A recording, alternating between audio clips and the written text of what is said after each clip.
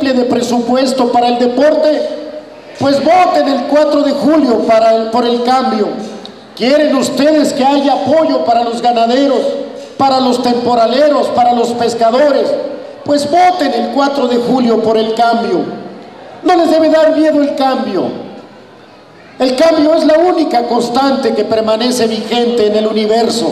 Súbanse a él, no lo dejen pasar, descubran lo que ahí está el 4 de julio. Voten diferente, para que haya otras gentes, para que haya otras actitudes, para que no tengan que ir ustedes a buscar a los gobernantes a las oficinas refrigeradas y que ni siquiera los reciban, para que el cambio sea que Maloba con sus funcionarios y Gonzalo y Daniel los van a venir a atender aquí a Salvador Alvarado, van a venir a estar cerca de ustedes, porque nos vamos a deber a ustedes, a nadie más le vamos a deber esta posición. Esa es la enorme diferencia.